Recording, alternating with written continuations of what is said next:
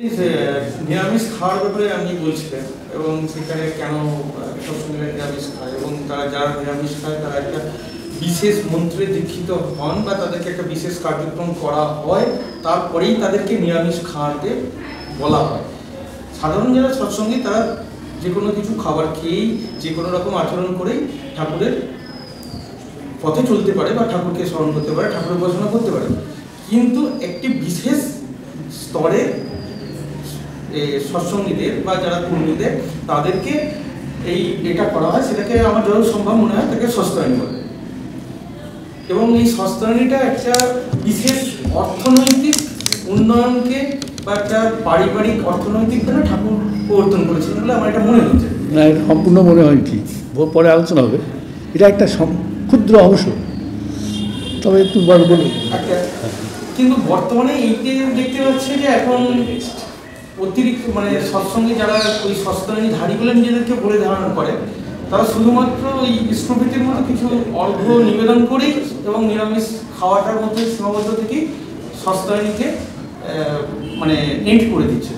এই জায়গাটায় আমরা বা এটাকে একটা দিক থেকে বলা হচ্ছে যে এই বাইরে কিছু করার দরকার নেই, তুমি যেটা তুলছো প্রতি মাসে এটা প্রেরণ করে দাও ইষ্টভৃতির সাথে। এবং ঠিক আছে, ব্যাপার দেখো, প্রথম কথা কি তোমরা তো নব, হ্যাঁ বলছি, ভালো করে বলছি। একটা কথা বলছি, দেখো টাইম পাস হয়ে যায়। আমি যখন দেওয়ার এসেছিলাম সেটা কত তারিখ ছিল জানো তো? 2রা সেপ্টেম্বর 1946 সাল। ওইখানে আমিও এসেছিলাম, অজ্ঞান অবস্থায় ছিলাম, বাচ্চা ছিলাম। তারপর থেকে আমি ঠাকুরকে দেখেছি, আরও অনেক দেখার সুযোগ ছিল, সম্পূর্ণ দেখিনি, ফাঁকিবাজি ছিল অনেক, তবুও অনেকটা পেয়েছি অনেকটা। সময় হতে হতে আজকে আমরা 80 বছর বয়স হয়ে গেছে, বহু লোক চলে গেছে। আমার বাবা চলে গেছে, জ্যাঠামশাই চলে গেছে, বড়দাদা চলে গেছে, যারা আচার্য যে হয়েছিলেন যিনি, অনেক ফ্যামিলি ডিমিনিশ হয়ে গেছে, আর নতুন ফ্যামিলি মেম্বারও হচ্ছে, এইসব চলছে। এতে হচ্ছে নাকি প্রথম থেকে পরবর্তী যে কন্টিনিউটি, এটা অনেকটা ভেঙে গেছে।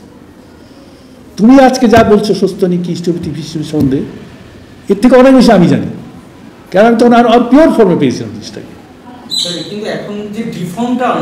না, ঘটনা শোনায় তো আমি কি পেয়েছিলাম, আমি এই পেয়েছিলাম যে দীক্ষা নিলে পরেই নিরামিষ খেতে হবে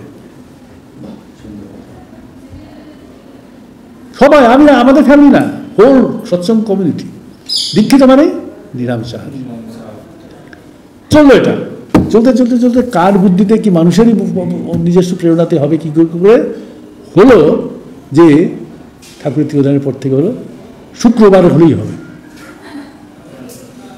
একটা স্টুডেন্ট আমার, ডোন্ট মাইন্ড, তার নাম হচ্ছে রানু নস্কর, আমি নাম বলে দিচ্ছি, রাঁচি ইউনিভার্সিটি স্টুডেন্ট, এখন হচ্ছে কলকাতায় যোগমায়া দেবী কলেজ আছে, সেখানে টিচার হয়েছে। সে আমাকে একদিন কলকাতাতে বললো যে আমরা তো ভাবতেই পারতাম না ঠাকুরের দীক্ষা নেবো, নিরামিষ খাওয়ার তো অসম্ভব ব্যাপার। বর্দা আসার পরে একটুখানি কী হলো, বর্দা আসার পরে না, এই শুক্রবারে হলেই হবে এটা বললেন। এ তো নতুন কথা শুনলাম আমি, এটা হয় কখনো? তার জ্যাঠামশার নাম নিয়ে বলছে, আমি তো চমকে গেলাম শুনে। আমি ওকে প্রতিবাদ করলাম না, কিন্তু আমি মনের মতো থেকে সাপোর্ট পেলাম জিনিসটাকে মেনে নেওয়ার। কেন পেলাম না? উনি এরকম আরও করেছেন আগে, প্রার্থনা অযথা দীর্ঘবর্ত নেই, উনি বলেছেন, তাই না? টাকার এই পিঠ ও পিঠ উনি বলেছেন। তার মানে ঠাকুর যেগুলো বলেননি সেগুলো ঠাকুর বলেছেন বলে বলার একটা ওর মধ্যে থেকে, ওই ক্যাম্প থেকে এসছে। তখন আমি আর কিছু বললাম না। তাহলে আমাকে এবার হয়ে গেল শুক্রবার, এখন কোনো সৎসঙ্গী তো নেই, সব শুক্রবার সৎসঙ্গী হয়ে গেছে, মনে থাকলে। আচ্ছা, তারপরে আবার শুনলাম একটা জায়গাতে, টাটাতে একবার গেছিলাম, সেখানে শুনলাম যে এইসব রেকর্ড ফেকর্ড করিস না, কিন্তু মারামারি হয়ে যাবে, কিন্তু তুই মার খাবি, আমাকে কেউ কিছু করবে, আমার গায়ে হাত দিতে পারবে না, তোকে মারবে ধরে। তখন শুনলাম টাটাতে যে শুনলাম কি একটা নতুন জিনিস হয়েছে, সেটাকে কি বলে জানেন তো? ভাঙন। ভাঙনটা কি ব্যাপার আমি জীবনেও শুনিনি। হচ্ছে ওই যে একজন ঋত্বিকের বাড়িতে গেছে, যে বলছে যে আমাদের এখানে তো আজকে নিরামিষ এখন তো অসম্ভব ব্যাপার, ভাঙন চলছে সবার, তো আপনারা একটু নিজেরা রান্না করে বলেন। ভাঙন চলছে মানে কি? বলে আমরা সবাই সস্তানি করি, কিন্তু মাঝে মাঝে কোনো একটা সময় ইচ্ছা হয় যদি আমিষ খাই, সেটাকে ভাঙন বলে। নতুন ট্রাম শুনলাম। আমিও শুনবো। এরপরে ভাঙনটাকে কাটিয়ে নেওয়া যায় আবার একটু ইয়ে করে ভবিষ্যৎবাণী করে আবার সস্তা হইতে চলে যাওয়া যায়। এই চলছে। ভগবান জানে, ঠাকুরের নীতি তো হতেই পারে। 3 নম্বর সস্তায়নী নীতিবিধি তুমি যা বললে, ঠাকুরের যে অর্থনৈতিক, ওটা লাস্ট। কেননা যাদের প্রবৃত্তি নিয়ন্ত্রিত না, অনিয়ন্ত্রিত, তাদের কাছে অর্থনীতি বলে কিছু হয় না। সে যা সব তছনছ করে ফেলতে পারে। এটা কথা ঠিক না মিথ্যা? সেই জন্য ওটা লাস্ট কথা। ফার্স্ট কথা হলো পরিষ্কার নিপাত যাবে, এটা প্রবৃত্তিকে নিয়ন্ত্রণ করো, ভালো কাজের সাথে সাথে ঝাঁপিয়ে পড়ো, এগুলো যেগুলো আছে এগুলো হচ্ছে সস্তনী। আরও 4টে যে ব্রত নীতি, ওগুলো 1 নম্বর কথা। লাস্টে ওটাও আছে, কিন্তু ওই যে অর্থনীতি, ওটা ইষ্টতান্ত্রিক অর্থনীতি, আর কোনো ব্যাপার না। আগেরগুলো না থাকলে পরে ওগুলো ওটা কোনো ব্যাপার নেই, তাই না? এখন সেটাতেও কি করে দিল তুমি? তোমার ঈশ্বরের উদ্বৃত্ত নিবৃত্ত রাখতে হবে না, তোমার অর্থনৈতিক যে বেসটা ওটাও ধ্বংস করে দিল। তুমি সব টাকাটা পাঠিয়ে দাও ইষ্টপতির সাথে। এটা কার বাপের ইয়ে ছিল? বিধিটা কে বানিয়েছিল? আমার বাবা না আমার বাবার বাবা? সেই যাকে ঠাকুর বলে দেবে। তখনও বলেননি, ঠাকুরের নীতিতে আছে। তাহলে এখন সস্তানি কোথায় হচ্ছে বলো তো তুমি? এখন অল দ্য হোল ইউনিভার্স, কি whole world is moving around sun. Whole concept of satsang andolon is moving around money making. বললে তীতপুরের আমাকে বলবে হারামজাদা বিচ্ছির কথা বলবে, কিন্তু এর কথা সত্য। কিন্তু যদি দেখতে চাও, যদি চোখ খুলে দেখতে চাও ঠাকুরের সাথে মিলিয়ে, আমার নিজের মনে মিলিয়ে না, দেখে দেখো বলো তো মিথ্যা কোনটা, কোনো একটা কথা যদি মিথ্যা হতো, যদি অসত্য হতো, তাহলে কেন একটা লোক ওখান থেকে এসে চ্যালেঞ্জ করতে আসেনি? কেন বলতে আসেনি যে আপনি এইসব বাজে কথা কেন বলছেন? চ্যালেঞ্জ করার কিন্তু অনেক সময় দেখেছি ওরা এরকম হুঙ্কার দিয়েছে যে এটা তো দিতেই পারে, যে সোশ্যাল মিডিয়ায় আমাদের যা পরিমাণ কর্মী আছে, ও কর্মী আছে, রিপোর্ট মেরে তাদের প্রোফাইলগুলো দিয়ে হচ্ছে তো সমানে হচ্ছে তো, আনন্দ তো নেই হচ্ছে তো। এইটা একটা ঠাকুরের মানে যে ঠাকুর সহ্য করার কথা বলেছে, এইটাতে যদি এই জায়গাটা ওরা কি বলছে? ওরা বলছে যে ঠাকুর, ওরা বলছে ঠাকুর বলে এখন কোনো অস্তিত্ব নেই। এখন ইন্দিরা বলবেন সেই ঠাকুরের কথা। ঠাকুর এদের বলে গেছেন ইচ্ছে মতো পরিবর্তন করে চলতে পারো, চলতে হবে। এটাকেই বলে ঠাকুর নিয়ে চলা। আমাকে নিয়ে চলা মানে ঠাকুর নিয়ে চলা। আর মুখে কি বলবে? আমি কিন্তু কিচ্ছু না, আমি ইষ্টের। কিন্তু বাস্তবে আমি যা কিছু ইষ্টের, তার সাথে আমার কিছুতেই মিল খাচ্ছে না। আচ্ছা দাদা, আর একটা জিনিস লক্ষ্য করেছি। কি বলো? না খাচ্ছে মানে ঠাকুরের জীবদ্দশাতে যে পুস্তকগুলো প্রকাশিত হয়েছে, সেই পুস্তকের যে বাণী সংখ্যা, সেইটাকে উদ্ধৃতি করে কোনো একটা পুরনো সময়ের একটা কোনো পত্রপত্রিকার মধ্যে আমি ওটাকে পেলাম। হয়তো সেটাকে মেলাতে গেলাম বর্তমান দিনের এডিশনের বইগুলোর সঙ্গে, দেখা গেল বাণী সংখ্যাটা আছে, ওই বইটা আছে, কিন্তু ওই বাণীটা এরকমটা আমি জানি না, এটা জানা বলতে নেই। তবে একটা খুব আশ্চর্য জিনিস চোখে পড়ে, আমি শুনলাম, চোখে দেখিনি, কে যেন কিনে নিয়ে এসছে, বলে 11 খণ্ড দীপলক্ষ্মী বেরিয়ে গেছে, কিন্তু আমার কাছে 6 খণ্ড পর্যন্ত আছে। 11 খণ্ড বেরিয়ে গেছে এখন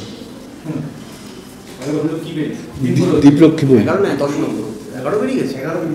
শুনলাম যে কি বললো, আমার বক্তব্য শুধু এই, আজকে 50 বছর হয়ে গেছে ঠাকুরের তিরোধানের পর, এতদিন পরে বইগুলো বেরোচ্ছে। বইয়ের লেখকও মরে গেছে, কিন্তু মরে যাওয়ার পরেই বেরোচ্ছে টপারটা। এটা ঘটনাটা এখন কে বলতে পারে যে তার মধ্যে আমি আমার ইচ্ছে মতো কিছু দিকে দিয়ে দেবো? আসলে দিন আমাদের কাছে প্রমাণ আছে। আমাদের যখন আমি ওখানে যখন যোগাযোগ ছিল, আর হালকা হালকা ছিল, ISBN নিয়ে অনেক কথা হয়েছিল। ISBN যদি হতো, আমরা বইগুলো বিদেশে পাঠাতে পারতাম। অনেকে বিদেশ থেকে চেয়েছিল, সুইজারল্যান্ড, গ্রিন্ডেল ওয়ার্ল্ডে, ব্রুস, আমেরিকায়, আমাদের কাছে লেটার পড়ে আছে, বই পাঠাবো, ISBN ছাড়া পাঠানো যায় না। আমরা স্টোর করেছিলাম, কিছুতে করবে না। 2029-এ ওদের সমস্ত ইয়ে উঠে যাচ্ছে, রাইটস। ও তুমি আসো, হলো তুমি উপরে বসো না, 1969 তার আগে ওরা এখন ছপাছপ করে ISBN সঙ্গে নামে করতে পারে। দীপলক্ষ্মী আর আলোচনা করতে পারছিল না, আমি বলেছিলাম চেয়ার দিও এখানে। আর দেবীদা ছিলেন, খেয়েছো? এরা থাকলে এরা প্রপাইটার হয়ে যেত। আপনি খেয়েছেন? এতটা প্রপাইটার। চা খেয়েছি।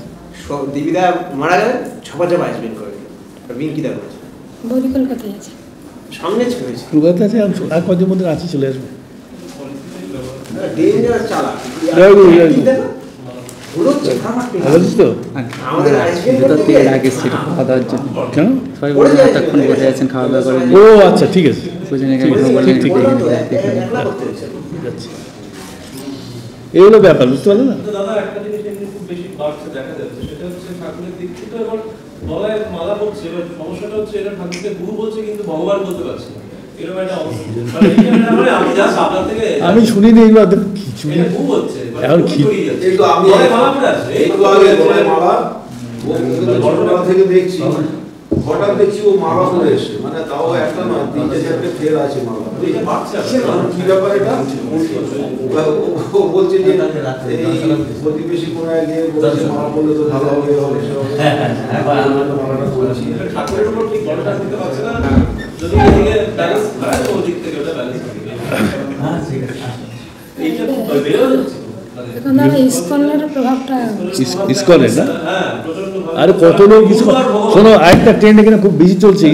আমি ইসকনেও আছি, সৎসঙ্গতেও আছি, ওইটাই তো বলছি। এরকম আছে দু জায়গায়। এখন শুধু না, আমি এখানেও আছি, ওখানেও আছি, সেখানেও আছি, সেরকম হচ্ছে কিন্তু। এটা তো আরো বেশি আছে। এটা এখন ব্যাপার কি, খিচুড়ি না ভুনি খিচুড়ি একটা আছে না, ওটার মধ্যে তো কি আছে না আছে বেঁচে বাঁচাও মুশকিল। ভুনা না কি বলে, সে মহা ঝামেলার ব্যাপার সেটা। কিছু বোঝা বসে ফোড়ন ফোড়ন কি দেওয়া আছে না দেওয়া আছে চলবে। টেস্ট বেশি, টেস্টের তো ব্যাপার, টেস্টেরই তো চলছে। ঠাকুর রামকৃষ্ণদেবকে মানতে চাই না। আমি তোমাকে একটা কথা বলছি, ইসকনের প্রচারটা আমাদের এখান থেকে প্রথম আরম্ভ হলো। ইসকনের প্রবর্তকটা আমাদের এখানকার আচার্যদেব, যেদিন থেকে জয় রাধে রাধে আরম্ভ হলো সেদিন থেকে। বোঝ চালা এবার হিন্দু একটা ট্যাগ পেয়ে গেল। গোবিন্দ গোবিন্দ না বললে হবে। সেদিন থেকে তো প্রচার শুরু করে দিল যে ঠাকুরকে নিয়ে ওদের হচ্ছে না, আবার সেই রাধাকে রাখতে হচ্ছে, কৃষ্ণকে রাখতে হচ্ছে। দেখো সবচেয়ে বড় কথা কি, একটা ঘটনা কি, খোদার উপরে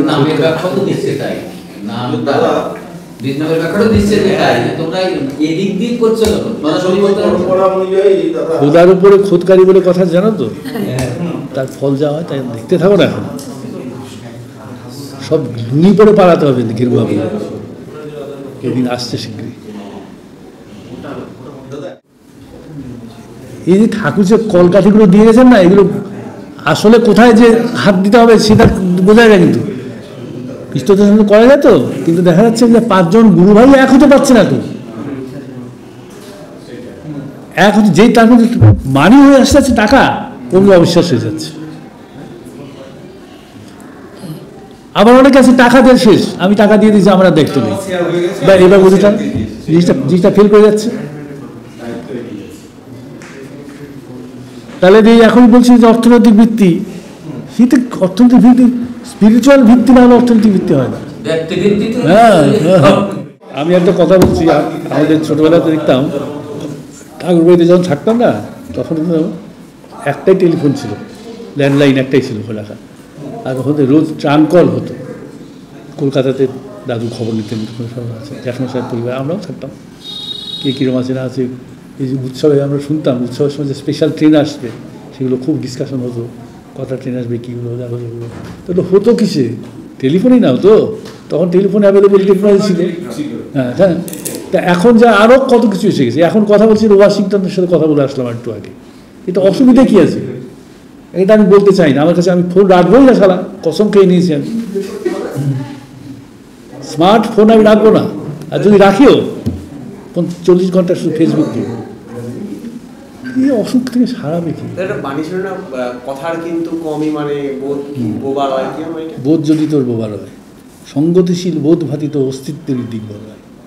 মানে আরে মানে নিজে বার কর না। ডাইনিওতে ধরে যে সুবিধা যোগ্যতাকে ভিলে অবশ্য, হ্যাঁ ডাইনিওতে ধরে যে সুবিধা যোগ্যতাকে ভিলে অবশ্য, ঠিক। মানে আমার তো একটা যোগ্যতা বলতে যা করতে পারি যেটা, সেটা যেমন আমি একটা কথা, আমি লিখতে পারি, আমি ভালো চিঠি লিখতে পারি, পত্র সাহিত্য বলে একটা জিনিস ছিল। এখন আমি ওই স্মার্ট ফোনের জন্যে ওই লেখাটাকে চিঠি লেখাগুলোকে বন্ধ হয়ে গেল। তাহলে আমার ওই যোগ্যটা লোপ পেয়ে গেল না করে করে। আমার যে একটা স্বাভাবিক প্রবণতা, ঈশ্বরদত্ত ক্ষমতা যে ছিল, সেটা যেন নষ্ট না হয়, ওদিকেও যেন কালচার থাকে, যেন হাতের লেখাটাই লোকে ভুলে গেল। কম বড় ক্ষতি হয়নি কিন্তু মানুষের মেমোরি ফেল করে গেল। আর্টিফিশিয়াল ইন্টেলিজেন্স কটা বাজে?